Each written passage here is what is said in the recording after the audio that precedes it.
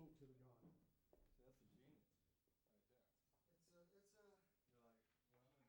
guy. Alan thinks some stuff sounds better than the record. Yeah, yeah.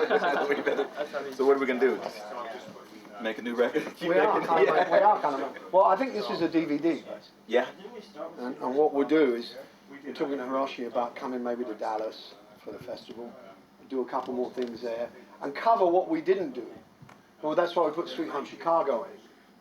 So and maybe look at some other songs, and he wants me to do a solo one. So we kind of cover everything. Yeah. Do you think there's anything we need to go at again? Well, if you don't mind, I want you to hear from the first lot. Let's just check Hellhound. Okay. I think it's pretty damn good. Hellhound?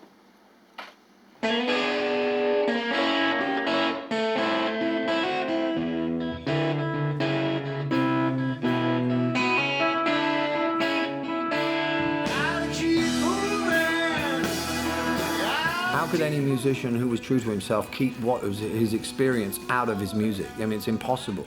And that's where all true great music is that you hear someone's life in what they play.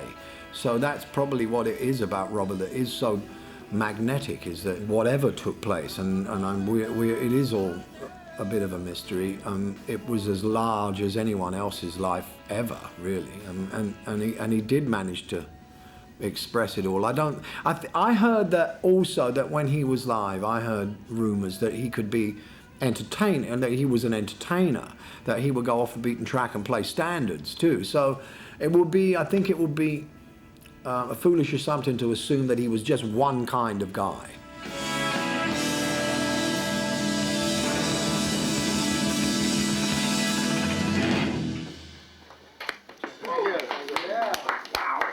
Well done, everybody.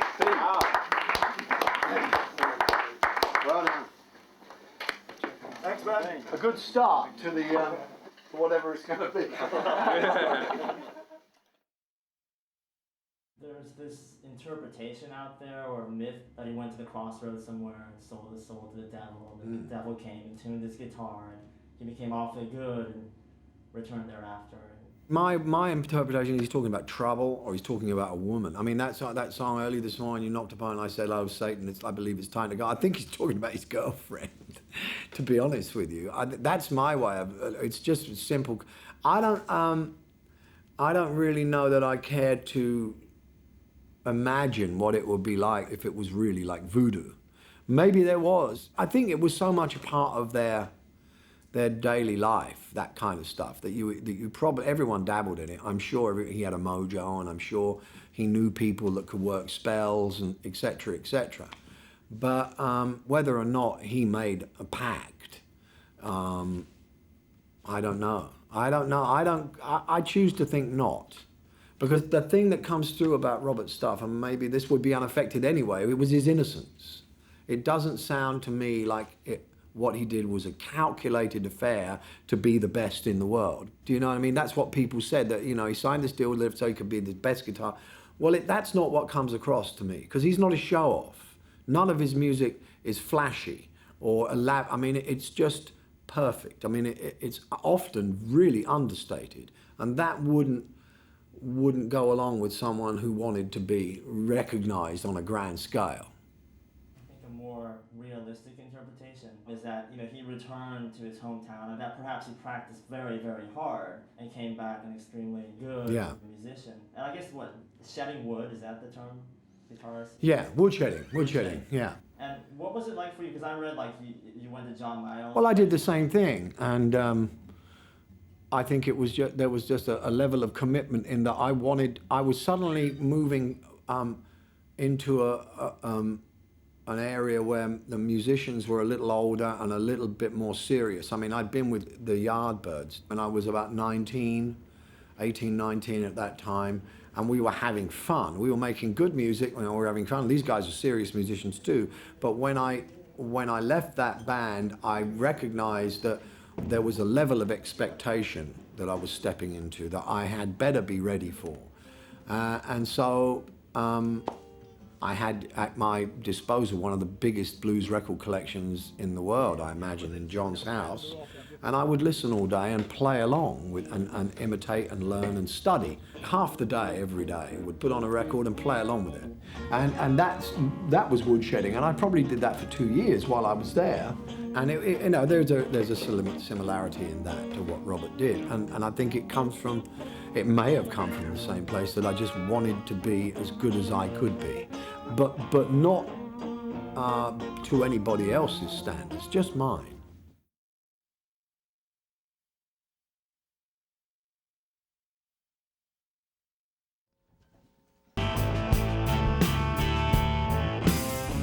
I feel like milking in a cow won't come.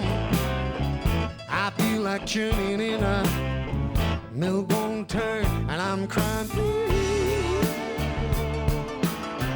Please don't do me wrong.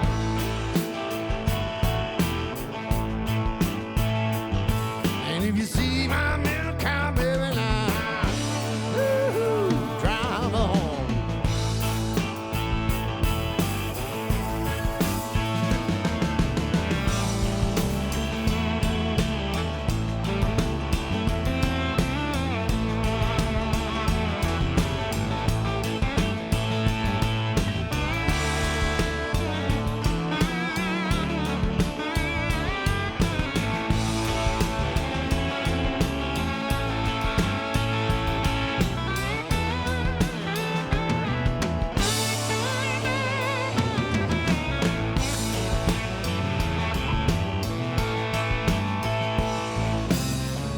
I feel like milking in a cow won't come. I feel like churning in a milk won't turn, and I'm crying. Please don't do me wrong.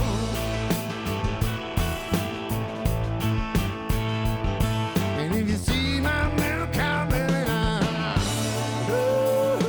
drive on. Oh, my milk cow be rambling, for miles around.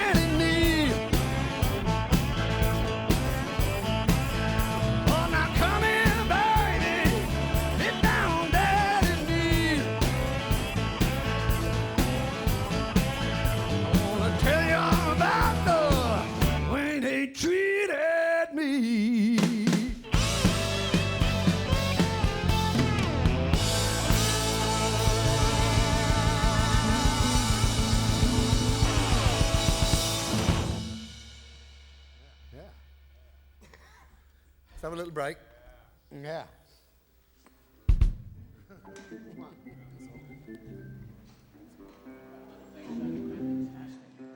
Huh? Yeah. Okay. 2, 3, 4.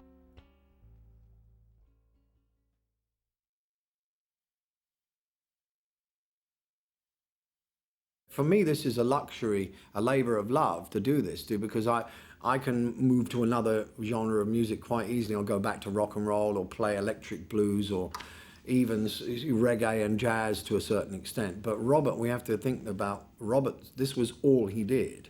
And so when he went into the studio to do those things, he was playing them every day, every night. I wonder actually, because some of the alternative takes are so different, if he didn't have many different versions of each song and which one he decided to do on the day.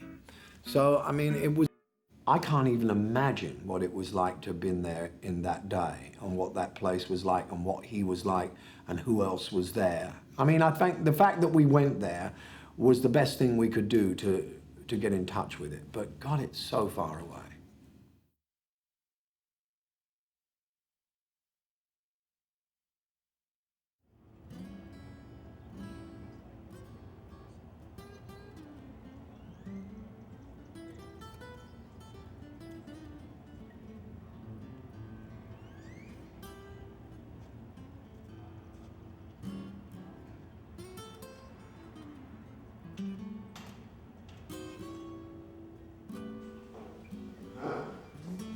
It smells beautiful now.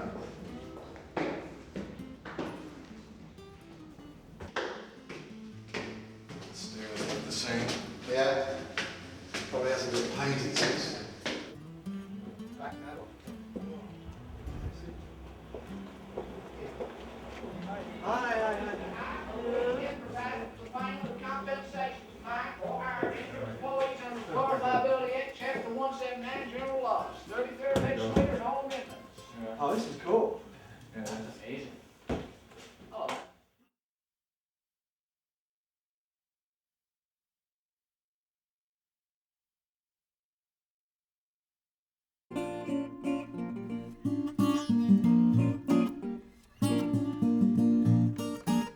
That's it.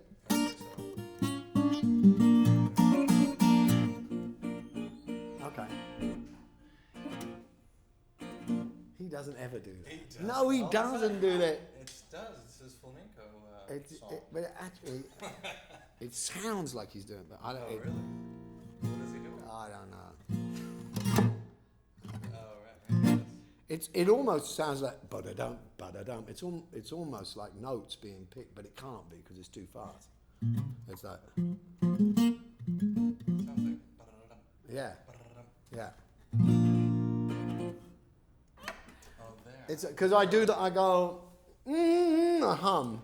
You hear me when I'm on. It's the last verse. But it doesn't. No. It's the one before the last verse. Oh, okay. All right. But it doesn't matter. It's just if you remember, great. If you don't, Okay. we ready? Yeah. Should we do one? Yes. Let's just do it for real then. Okay. Cause ain't eating buzzing, little generator won't get that far. When the motor's in a bad condition, you need these batteries charged, and I'm crying, please, please don't do me wrong.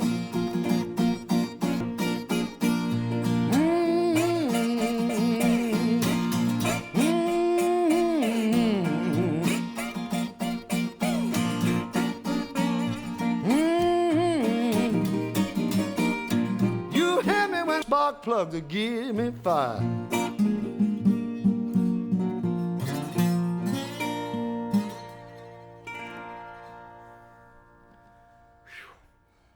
It's so tough on the fingers, this one, because it's da da da da da. It's not just one. It's da da da. It's so crazy. But that was pretty good.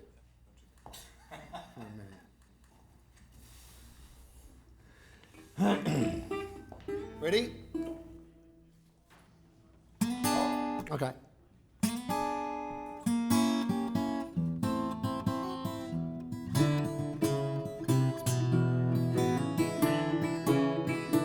Got to keep moving Gotta keep moving. Blues falling down like hell. Blues falling down like hell.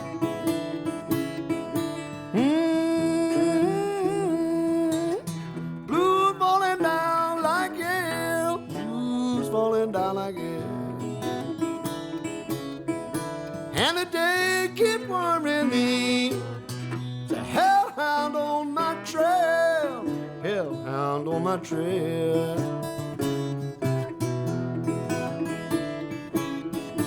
If the day was Christmas Eve, if the day was Christmas Eve, tomorrow was Christmas Day. We may have a time, baby.